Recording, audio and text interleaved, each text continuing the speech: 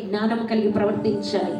నా పరిస్థితి మారాలి, నా స్థితిగతి మారాలి, నేను దేవుని కొరకు బ్రతకాలి, దేవునికి ఇష్టకరంగా నేను ఉండాలి, నా ప్రవర్తన దేవునికి ఇష్టంగా ఉందా, నా మాటలు దేవునికి ఇష్టంగా ఉన్నాయా అనేది మనం పరీక్షించుకోవాలి.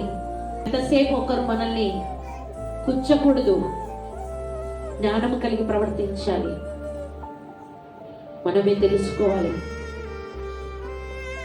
ఆ దేవుని విడ ఎలా ఉంటున్నాం మనం ఒకసారి?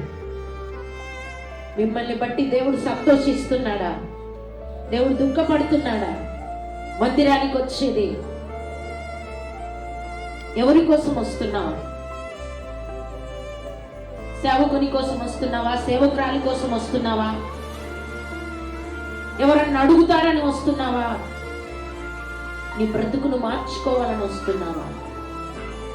మందిరానికి వచ్చేది ఎందుకు మనం అంటే,